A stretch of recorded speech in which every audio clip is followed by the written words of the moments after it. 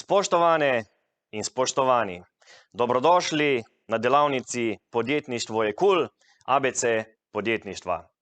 Z vami bom izredni profesor dr. Mitja Jeraj. Pa si poglejmo, kaj nas čaka v tem videu. Na začetku si bomo pogledali, kaj je podjetniška dinamika. Potem si bomo pogledali ključne značilnosti podjetništva. Kaj podjetništvo vključuje, kaj je potrebno pri tem upoštevati in tako naprej. Razvoj podjetništva. Izredno zanimiva tema, jaz upam, da se boste veliko naučili od tega segmenta.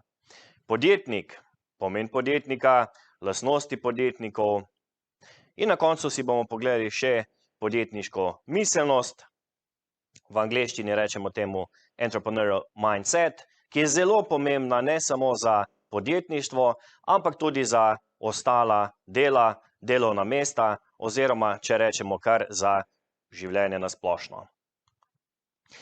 Če vas zanima še kaj več vsebin, si lahko preberete knjigo Podjetništvo temelji, aktualna znanstvena monografija, ki sem jo izdal v letu 2020. Pa še nekaj besed o meni, kdo sem. Sem predavatelj na GEA College, fakulteti za podjetništvo, poleg tega sem tudi raziskovalec na področju podjetništva in širše ekonomije. Podjetnik, imam svoj startup in na koncu koncev tudi coach, saj pomagam veliko ljudem na različnih področjih. Če hočete imeti startup, če bi radi bili v startupu, se morate zavedati, da niste edini. Startupovstvo je zelo zanimiv trend in na svetu se startupi pojavljajo, kot radi rečemo, kot gobe po dežju.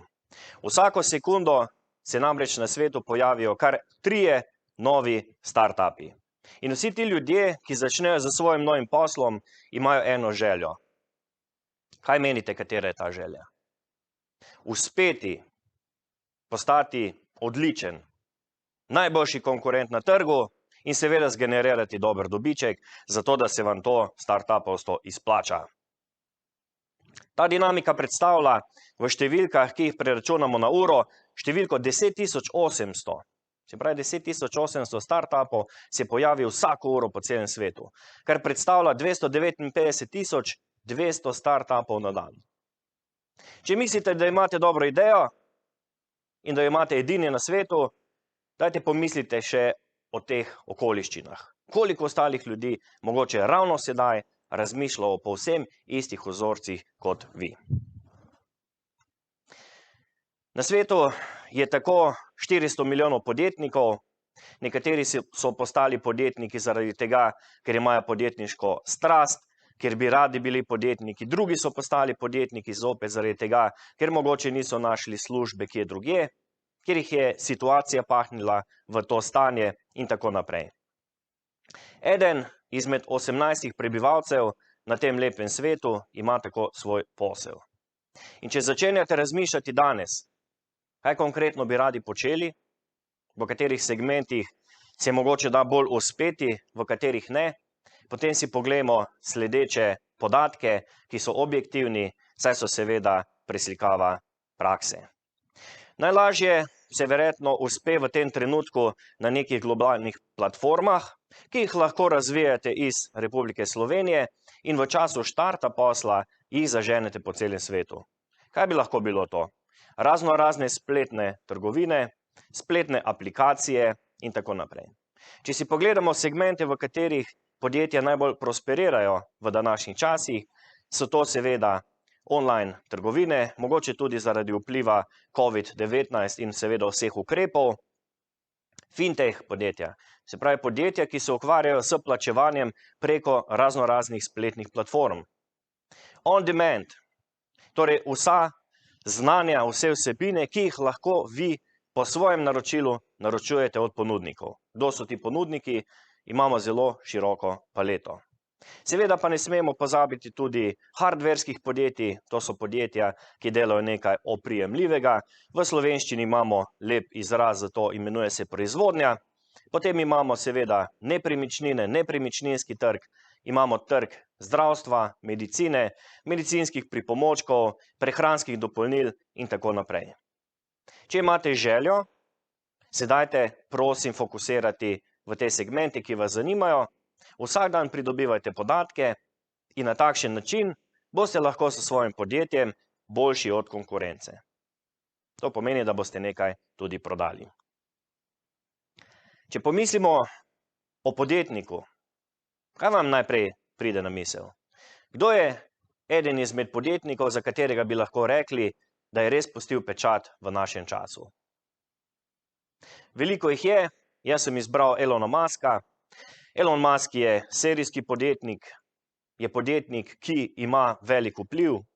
Ko Elon Musk tweetne neko sporočilo, mu cel svet in vse zgodbe, ki so povezane na to sporočilo, sledijo. Hočemo ali nočemo. To pomeni, da ima Elon Musk ekstremno moč. Na kakšen način je Elon Musk prišel do te moči? Zaradi tega, ker se je specializiral na posebnih funkcionalnih področjih, sodeloval je pri podjetju PayPal in seveda pri prodaji zelo dobro zaslužil. Ker ga podjetniška strast žene k novemu in novemu raziskovanju, k ustvarjanju nove dodane vrednosti, seveda tega denarja ni zapravil, ampak ga je investiral naprej. Verjetno vsi poznate Teslo.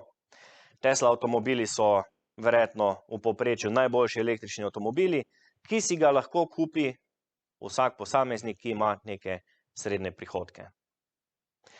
In če se vprašate, kako Elon Musk in ne ostali uspe narediti posel, vam povem zelo kmalu. Imamo več vrst startupov, ampak tisti najboljši, tisti startupi, ki zrastejo, se imenujejo unicorni. Unicorn, kot ga vidite na sličici, seveda neka fantazijska oseba, persona, recimo temu tako. In iz vidika startupovstva je unicorn tisti startup, ki je na trgu ovrednoten za več kot 1 milijardo ameriških dolarjev. Ampak to niso največji startupi. Imamo tudi dekakorne. Dekakorni so startupi, ki imajo na trgu tržno kapitalizacijo ocenjeno na več kot 10 milijard dolarjev. Zgolj za intermezzo, poskušajte pomisliti, koliko je vreden državni proračun Republike Slovenije za leto 2021. Pa če ne veste, dajte malce uporabiti telefone in malce prečekirajte. In potem imamo seveda hektokorne, to pa so največji startupi, ti pa so vredni več kot 100 milijard dolarjev. Če se sprašujete, kje so ti startupi, za mnoge izmed njih verjetno še nismo slišali. Zakaj ne? Zaradi tega, ker so še v fazi inkubacije, ker še vedno razvijajo svojo tehnologijo in ko bodo imeli že zelo dobro napravljeno raziskavo trga, bodo prišli na trg. Prej pa seveda ne. Zaradi tega, ker v podjetništvu je vedno potrebno minimizirati tveganje in seveda maksimizirati možnost uspeha. Če si pogledamo podjetniško dinamiko, lahko zelo enostavno ugotovimo, da v določenih državah se pojavljajo unicorni bolj pogosteje kot v drugih. Amerika tukaj prednjači, saj imajo po zadnji raziskavi kar 228 unicornov. Sledi Kitajska z 122 unicorni in kasneje UK, se pravi Velika Britanija, ki jih ima kar 25. Na kakšen način lahko recimo zelo kapitalistični države, kot sta Amerika in Velika Britanija, ustvarjata takšno platformo, da so podjetniki pripravljeni tvegati, da so investitorji pripravljeni investirati ves ta denar v razvoj in tako naprej. Tradicija, verjetno malce tudi logika, želja po uspehu, želja po tekmovanju. In če razmišljamo o Kitajski kot o državi, ki ima nek komunizem, socializem, lahko ugotovimo, da je tudi na Kitajskem zelo dobra platforma za podjetništvo, kar pomeni, da tudi na Kitajskem s podjetniškimi idejami lahko zelo dobro uspete. Potem po teh treh sledijo Indija, ki jih ima 21, Nemčija z kar 13, potem imamo Južno Korejo 10, Brazilija 7 in prav tako Izrael 7. Koliko unicornov ima Slovenija? Verjetno zaenkrat še nobenega, ampak jaz verjamem, da je med vami vsaj eden ali pa celo več takih, ki ga boste v prihodnjih letih naredili. Če si pogledamo državo z največ unicorni, torej ZDA, vidimo na lestvici pojavljanja neko veliko spremembo. Na začetku januarja oziroma na začetku leta 2014 se je v Ameriki začelo malce bolj intenzivno razglabljati o unikornih, prav tako pa so se bolj intenzivno tudi pojavljali. Kaj menite, kaj je lahko vpliv, ki vpliva na ta fenomen? Verjetno idej imate veliko in verjetno nobena ideja ni slaba. Ampak mogoče najbolj pravilna pa je tista, ki reče, da se je v Ameriki spremenila zakonodaja. Ta zakonodaja je omogočala bolj enostavno financiranje startupov, torej investitorji so lažje prišli v lastništvo startupa in z tem poenostavljenim načinom, v Sloveniji se veliko govori o debirokratizaciji, so podjetja v Ameriki lahko razcvetela se, lahko so rasla in seveda na tak način pridobila zelo veliko kapitala. S tem kapitalom osvajajo svet. Verjetno vsak izmed vas uporablja operacijski sistem Windows ali operacijski sistem od Apple, prav tako na pametnih telefonih imate ponavadi dva velika igralca, to je lahko Apple, to je lahko Google in tako naprej. Če malce pomislimo, so vse to ameriška podjetja, pa da ne naštevamo ostalih. Tako da malce razmišljate, po komu se je dobro orientirati, če hočete biti uspešni na globalni ravni. Podjetništvo, zelo širok fenomen. Kaj vam pade na pamet, ko slišite besedo podjetništvo? Katere so tiste asociacije, ki vam najprej padejo v miselne vzorce? Na shemi si lahko pogledate nekaj besed, nekaj terminov, pa si sami odgovorite na vprašanje, kje se vi nahajate, kje bi radi bili in ali ste mogoče že danes zelo dobri potencialni podjetniki. Pri podjetništvu v vsakem primeru mora biti podjetnik ali podjetnica. Le-ta mora imeti strast, mora imeti odločitev in za to odločitvijo mora stati. Verjetno je za to odločitvijo potrebno veliko raziskovanja, dela, odrekanja in tako naprej. V vsakem primeru pa tisti, ki so bolj pripravljeni, tisti lahko imajo na koncu dneva boljše rezultate. Zelo enostaven primer, ki ga marsikdo ne razume, je, če ste spremljali olimpijske igre ali kakršnokoli veliko tekmovanje, potem veste, da določeni favoriti na koncu ne zmagajo. Določeni tekmovalci presenetijo in zmagajo in tako dalje. Kdo je na koncu dne najboljši? Verjetno tisti, ki je v najboljši formi. Tisti, ki ima najboljšo strategijo in tisti, ki ima najbolj specificirane funkcionalne cilje. V podjetništvu, če si postavljamo previsoke cilje, je dobro, ampak vseeno moramo biti realistični, zato da določen del ciljev seveda dosegamo. V življenju si ne postavljati nizkih ciljev.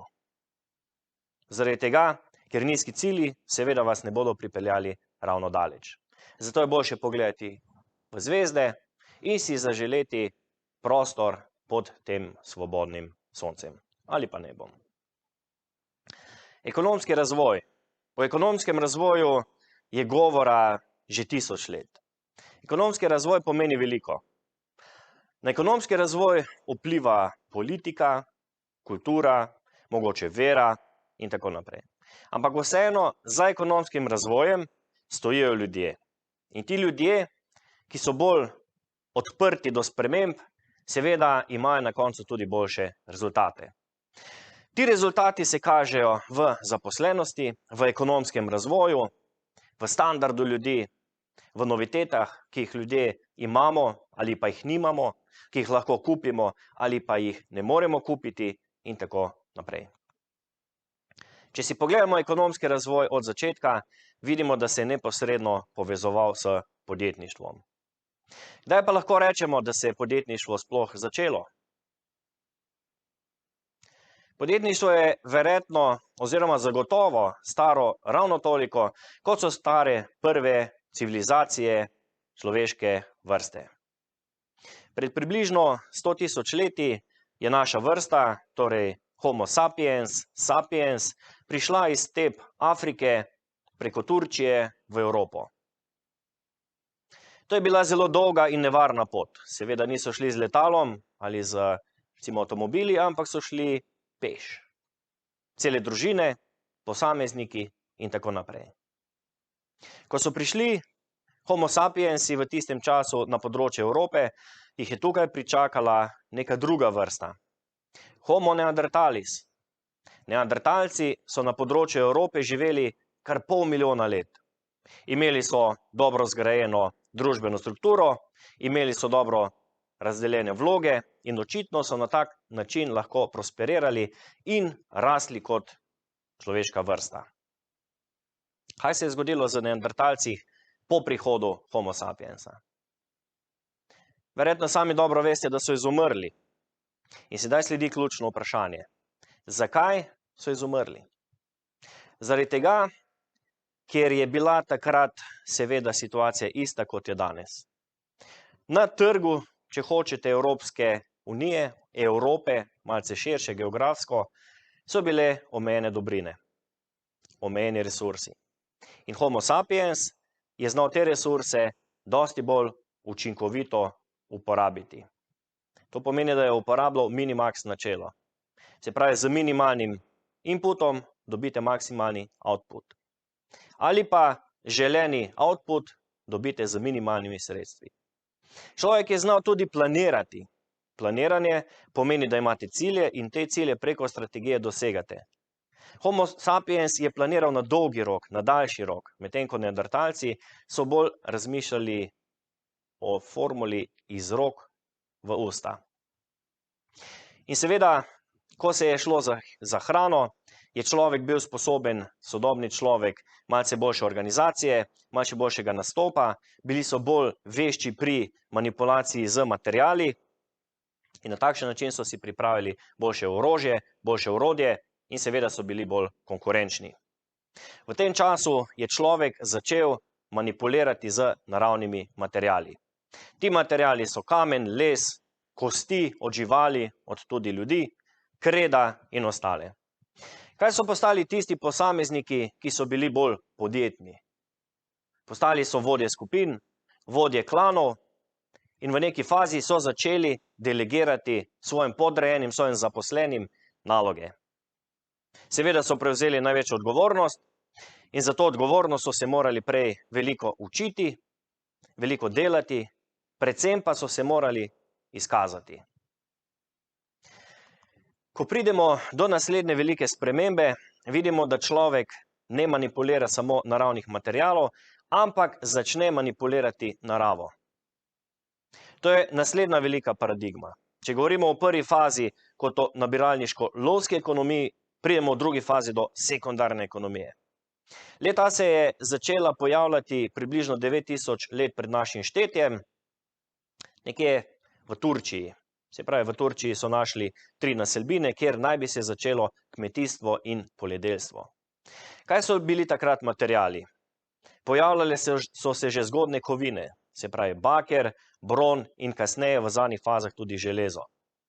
Ljudje so zopet začeli še bolj planirati.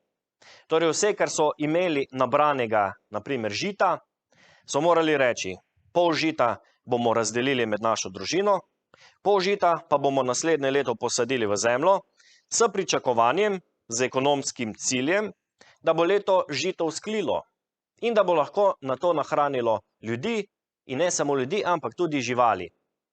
In tisti posamezniki, ki so bili bolj podjetni, so bili seveda sposobni narediti boljšo vprego, boljše pluge, bili so pripravljeni narediti boljšo zemljo, ki je seveda obrodila bolje kot pri konkurenci. Kaj so postali ti posamezniki, ki so prosperirali v tej družbi? Mislim, da smo vsi že slišali za kralje, plemiče, tudi osvajalce in ne nazadnje tudi za kapitaliste. Tisti posamezniki, ki so znali boljše uporabiti sredstva v tej ekonomiji, so bili seveda podjetniki. Kakorkoli jim rečemo z drugim nazivom, imeli so podjetniško miselnost. Potem se dolgo časa, če pogledamo iz današnjega vidika, ni zgodilo nič. Do začetka 18. stoletja. Kaj je bilo takrat? Takrat se je začela pojavljati tehnologija, oziroma takrat je človek začel manipulirati ne samo z materiali, ne samo z naravo, ampak tudi s tehnologijo. Takrat se je pojavil parni stroj in za parnim strojem so primarno reševali en problem, na katerega verjetno danes ljudje sploh ne pomislimo. Torej, kaj je bil razlog za začetek moderne ekonomije? To je bilo zalivanje rudnikov v Angliji, ki so se nahajali ob rekah. V Angliji so kopali železovo rudo in ker so reke seveda ustvarjale podtalnico, so se ti rudniki zalivali, poplavljalo jih je. In ker so lastniki rudnikov oziroma podjetniki, ki so rudo kopali, ugotovili, da jih na koncu stane strošek dela za črpanje vode več, kot je vredna ruda, je postala enačba nerentabilna. Torej, projekti niso bili več feasible.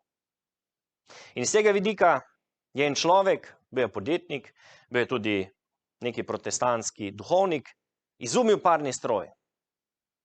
In ta parni stroj je zelo učinkovito črpal vodo, bil je praktično zastonj, delal je na toplotno energijo in s pomočjo pare seveda opravljal te funkcije in na tak način se je začela nova doba. Parni stroj in ta tehnologija se je zelo hitro preselila v transport, v industrijo, v proizvodnjo in tako naprej. Seveda se je kmalu pojavil tudi motor z notranjim izgorevanjem, ki je povzročil pa še večjo revolucijo in seveda ta revolucija je tudi konstitucija naše realnosti danes in verjetno še nekaj časa vnaprej. Če rečemo, kaj so materiali, ki so se uporabljali v moderni ekonomiji in se še uporabljajo, so to seveda naravni materiali, ki so tudi vse bolj zaželeni, naprimer les, kamen in tako naprej. Umetni materiali, recimo plastika, plastike prej niso poznali, pleksisteklo, potem imamo milijon ostalih drugih materialov, ter seveda tudi pojav računalništva in iz tega vidika tudi začetek digitalizacije in tako naprej. Rezultat podjetnosti. Kaj so postali tisti posamezniki, ki so bili v moderni ekonomiji bolj podjetni? Ja, verjetno tukaj pa že lahko govorimo o podjetnikih, o gospodarstvenikih, o inovatorjih, kapitalistih in tako naprej. Ko pridemo do naslednje faze, točke 4, ki se imenuje sodobno podjetništvo, vas vprašam, s kom ali s čim pa v tej fazi manipulira človek. Če smo rekli v prvi fazi z materiali, v drugi z naravo, v tretji s tehnologijo, kaj pa v četrti? Po moje je razlika med tretjo in četrto umetna inteligenca. Umetna inteligenca je protokol, je program, je digitalna shema, ki omogoča, da računalniška aplikacija sama zase intuitivno razmišlja. Kognitivno razmišlja in vsa znanja, vse podatke, ki jih pridobiva iz vseh mogočih virov, smiselno loči med sabo, ponazori vzorce in te vzorce pač specifično uporabi za vsako funkcijo posebej. V moderni ekonomiji, v sodobnem podjetništvu seveda razmišljamo o digitalizaciji, praktično vse stvari se selijo v cloude, se pravi na splet, informatizacija, torej v podjetjih nimamo več opravka z hardverom, se pravi z papirji, z knjigami, z zvezki in tako naprej, ampak se vse seli v digitalno obliko, v računalniško obliko. Robotizacija se še naprej rapidno razvija, v tej fazi so dosti bolj prisotni tudi avtonomni humanoidni roboti, mogoče za pomoč pri domačih opravilih, opravljajo storitev in tako naprej. Na Japonskem, v Koreji, v Avstraliji, tudi v Ameriki imamo že sedaj veliko hotelov, apartmajev, kjer nimate zaposlenih ljudi, ampak vse funkcije opravljajo roboti. Roboti vas pozdravijo, ko pridete v prostor, roboti vas vprašajo, kaj je vaš namen, zakaj ste prišli in vas usmerjajo pač po določenem protokolu. Prav tako imamo robote, ki so vedno bolj uporabni v kuhinji. Če govorimo tradicionalno kuhinja, kako se je razvila v, recimo, če si predstavimo kuhinjo v gospodinjstvu, kako se je razvila na področju Slovenije v zadnjih 100 letih. Pred 100 leti smo imeli nek tak, recimo, štedilnik na trda goriva, na drva, na les, potem smo mogli imeti dimnik, če ne je bila črna kuhinja. Pomivalnega stroja nismo imeli, marsikatero gospodinjstvo ni imelo niti vode, kaj šele elektrike. Danes pogledamo, da imamo mikrovalovne pečice, pečice, razne multipraktike in tako naprej za samoumevne, ampak seveda niso, ker so rezultat podjetništva, podjetniškega razmišljanja. In kakšna je, na primer, kuhinja prihodnosti? Uporaba interneta stvari, Internet of Things, je tista platforma, ki povezuje vse aplikacije v splet. Z umetno inteligenco te aplikacije in seveda hardverski pomočniki lahko proizvajajo določene funkcije namesto nas. Če si predstavljate, kaj se zgodi danes, se peljete recimo iz šole, iz službe, pridete domov, sporočite preko telefonske aplikacije svojemu kavomatu, da bi radi pili kavo. Telefonska aplikacija je seveda povezana z kavomatom in kavomat točno ve, kdaj boste vi vstopili čez vrata vašega stanovanja ali hiše ali vikenda. Ko ste 200 metrov stran od doma, se začne kavomat ogrevati, seveda se malce sčisti in ko pridete skozi vrata, se proces kuhanja priprave kave konča. Če imate radi kavo, zavohate vonj po kavi in to je neke vrste dobrodošlica, ki se je pred 10-20 leti nismo mogli predstavljati. Drugi primer je robot, robotska roka, ki opravlja kuhanje namesto vas. In ne samo to. Vi lahko preko telefonske aplikacije naročite temu vašemu asistentu, kaj bi radi jedli, ko pridete iz službe.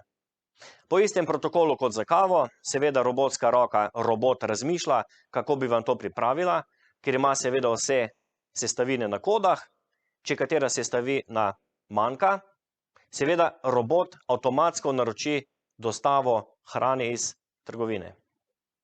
Prav tako je ta proces avtomatiziran.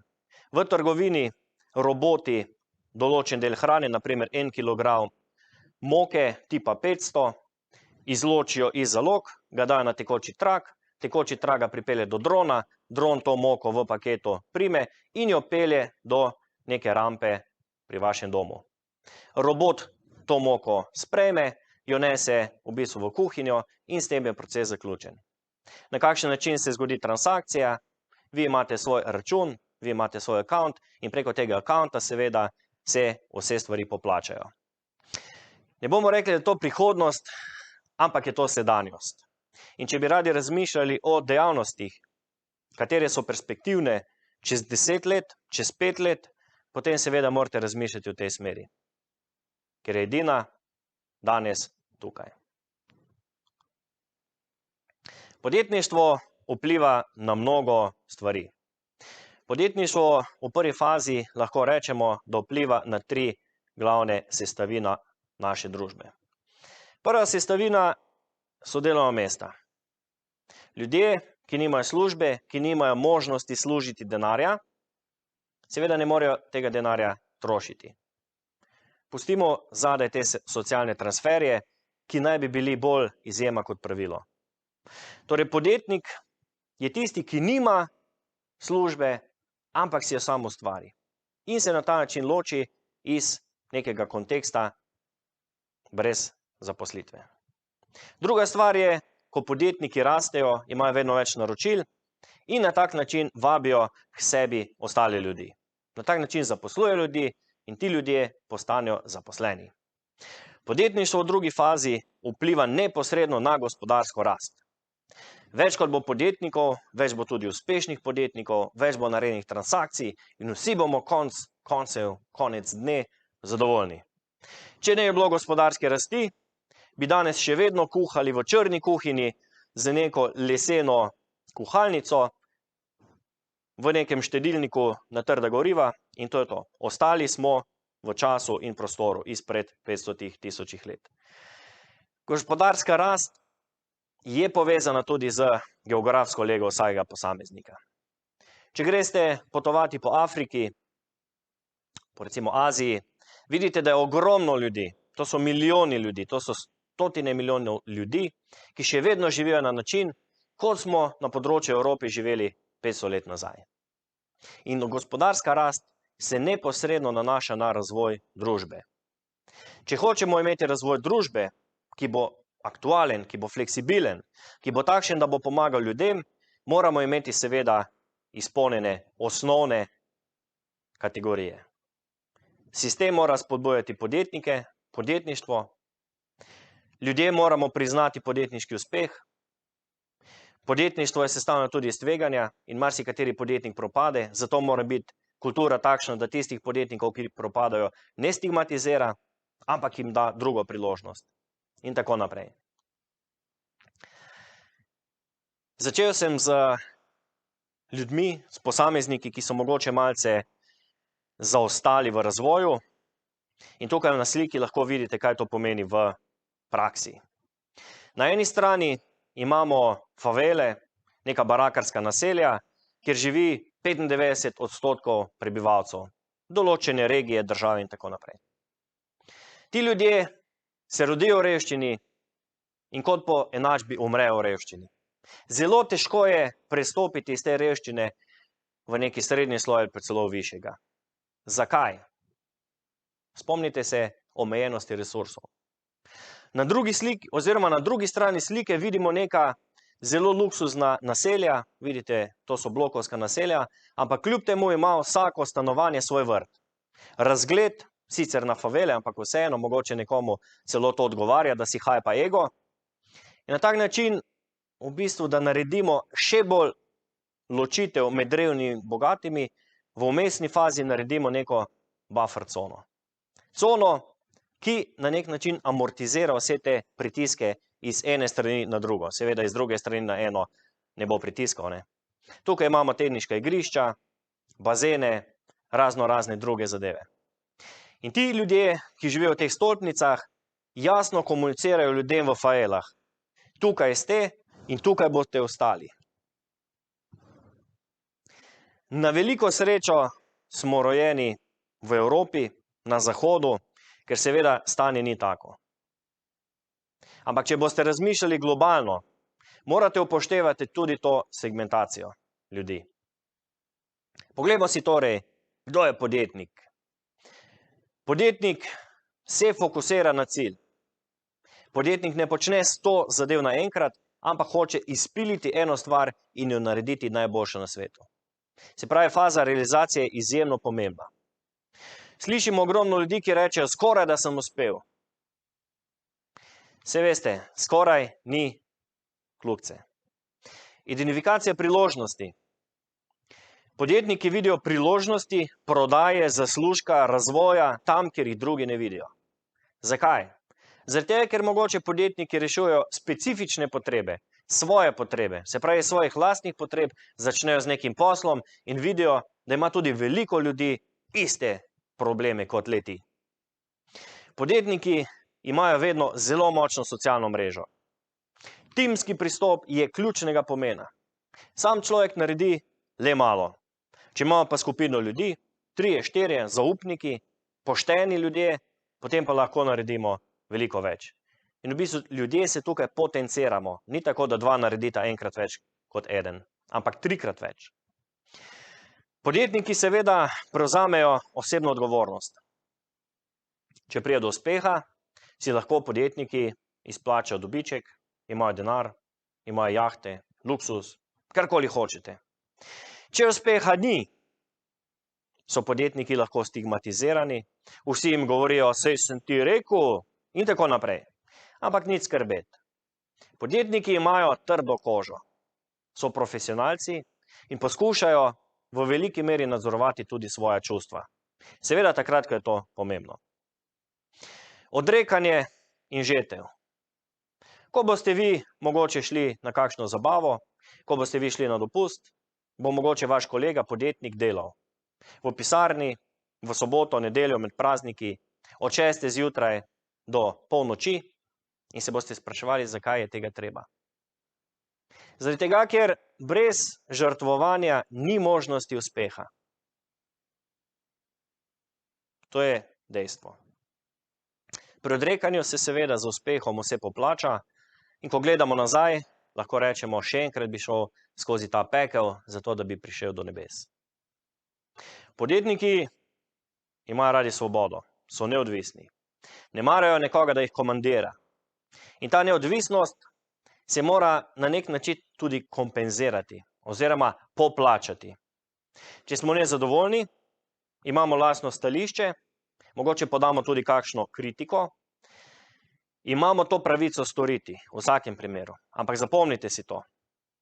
Če nimate boljše rešitve, bodite raje tiho in razmišljate, na kakšen način bi lahko jaz to situacijo rešil bolje, bolj učinkovito, z nižjimi stroški, v krajšem časovnem intervalu in tako naprej. In to je že začetek podjetniškega razmišljanja. V angleščini je entrepreneurial mindset in kaj konkretno pomeni podjetniški način razmišljanja. Prav tako kot podjetništvo, kot podjetnik, zelo širok fenomen. Ampak vseeno, enih par sem jih tukaj izpostavil, zato da boste mogoče malce bolj razumeli in razmislili pri sebi, ali ste vi tisti, ki ste že na podjetniškem nivoju razmišljanja zelo visoko. Delo. Ali ga imamo radi ali ne, verjetno sploh ni pomembno. Pomembno pa je, da delate. Če ne delate, če se ne učite, če ne berete knjig, ampak raje preživljate čas na socialnih omrežjih, na nekih brezveznih kavicah in tako naprej, potem podjetniški način razmišljanja še ni pri vas razvit. Besedišče. Poskušajte se poslušati, kakšne besede uporabljate. Ko greste na razgovor za počitniško delo, za službo, s katerimi besedami poskušate prepričati tistega, ki vas bo na koncu ali zaposlil ali pa ne zaposlil. Strokovno besedišče ima mesto v stroki. To si morate zapomniti. Žargon ima mesto verjetno bolj na ulici, med prijateljih in tako naprej. Ali ste samozavestni? Če prijete v nek prostor, na nek pogovor, sestanek, razgovor, karkoli, in če se držite takole, zgledate kot kup nesreče, potem vam jaz garantiram, da ne boste dobili tistega, po kar ste prišli. Telesna drža vpliva na samozavest. In smiselno je, da se vedno držite pokončno, da gledate v zrak, kar pomeni prihodnost, in ne v tla, kar pomeni preteklost. Kakšne hobije imate? Ali imate hobije, s katerimi se lahko kaj naučite, lahko kaj naredite? Za intermezzo gospod Akrapovič, vse veste, kaj pravijo. Če nimate danes Akrapoviča, ne veljate nič. Tokio, New York, Melbourne, kjerkoli. Gospod Akrapovič je začel s svojim hobijem posel. In tudi vi ga lahko. Kako se obnašate? Ali ste potrpežljivi? Ali znate svoje ideje skomunicirati drugim? Ali pa je to seveda rezervirano za vaše kolege? Najpomembnejše, verjetno izmed vseh teh stvari, pa je, ali imate vizijo. Kje se vidite čez 5 let? Kaj boste počeli čez 5 let? Ali se prepustite toku, da vas bo pač nesel, kamor vas bo nesel? Svetujem, da danes razmislite o tem, kje ste danes, kje bi radi bili čez 5 let in da to ni samo želja, ampak da to postane cilj. Dajte se odrekati in dajte ta cilj doseči. Podjetja, imamo več vrst podjetij, David Birch jih je razdelil na 3 različne strukture, miške, majhna podjetja z nekim know-howom, ki ga non-stop reproducirajo. Gazele, dinamična podjetja z know-howom, ki ga lahko patentiramo in ki rastejo rapidno. In sloni, velika okostenela podjetja, ki lahko zaposlujejo 1000-2000 ljudi, ampak v krizi pa ponavadi odpuščajo, ker niso fleksibilna. V Sloveniji imamo še individualno podjetništvo in tudi obrtnike. Obrtništvo v Sloveniji je prisotno več kot 500 let. MSP-ji, večina podjetij v Sloveniji je MSP-jev, majhna in srednja podjetja. Kaj so MSP-ji? Ustvarjajo več kot 2/3 novih delovnih mest, imajo maksimalno 250 zaposlenih, maksimalno 40 milijonov prihodkov, vrednost aktive ne sme presegati 20 milijonov. Družinska podjetja. Družinsko podjetništvo v Sloveniji je zelo razširjeno. Velika verjetnost je, da tudi vi izhajate iz družinskega podjetništva, vi, ki to danes poslušate. In kaj so družinska podjetja? Največ jih je v Sloveniji. Ustvarjajo 69% vse prodaje. Zaposlujejo 70% delovno aktivnega prebivalstva. Kaj pa vodenje? Prva generacija jih vodi še v 57,5%. To je zelo drugače kot v tujini. Zaradi tega, ker družinska podjetja v Sloveniji so se začela pojavljati na koncu socializma oziroma na začetku faze tranzicije. Tretja ali mlajša generacija jih vodi samo v 5,4%. Družinska podjetja so stara več kot 20 let, teh je 64,3%. 94,7% pa so mikro in majhna podjetja z manj kot 50 zaposlenimi. Pravni vidik podjetij, zgolj da omenim, imamo fizične osebe, samostojni podjetniki in pravne osebe. Če boste začeli z nekim poslom, mogoče s storitvami, predlagam, da si odprete SP, vendar bodite, prosim, pozorni. Pri SP-ju za vse obveznosti garantirate vi s svojim lastnim premoženjem. Zato je mogoče smiselno zbrati 7500 evrov kapitala, le-tega investirati in odpreti DOO, družbo z omejeno odgovornostjo. Smiselno je, ker lahko v tej družbi sodeluje tudi vaš prijatelj, vaš oče, mamica in tako naprej. In kaj so ključna vprašanja? Kaj so ključna vprašanja, ki bi jih lahko postavili po tem današnjem srečanju? Ne bomo govorili o tem, kdo ste, ampak kaj si želite v življenju. Ali imate pretežno želje, ali imate cilje? Vse veste. Želim si iti potovati po svetu, želim iti na Luno in tako naprej. Želje so, cilji pa ne. Cilji morajo biti uresničljivi. Imejte več ciljev kot želja. Kakšno strategijo imate? Ali jo imate? Ali menite, da boste z srečo dosegli cilje, ki jih drugi ne bodo z delom? Po moje, da ne. Ali imate resurse? Se pravi, imate sredstva, s katerimi lahko naredite dodano vrednost. Če teh sredstev nimate, jih lahko na trgu pridobite. In končno vprašanje, kot smo že rekli prej, skoraj. Ali imate izvedbeno inteligenco? To pa pomeni, da pridete do konca vaše poti. Tek na 100 metrov, olimpijske igre, vodite do konca, do 99. metra, pri 100. metru pa vas nekdo prehiti. To je posel. Treba je vztrajati do konca. In za konec še ena misel. Podjetništvo ni poklic. Podjetništvo smo mi, ljudje, podjetništvo boste vi, podjetnice in podjetniki, in jaz verjamem, da ste vi generacija, ki boste naredili ne samo Slovenijo, ampak tudi Evropo in cel svet boljši. Najlepše se vam zahvaljujem za pozornost, želim vam vse dobro in veliko uspeha v življenju in v poslu. Lep pozdrav!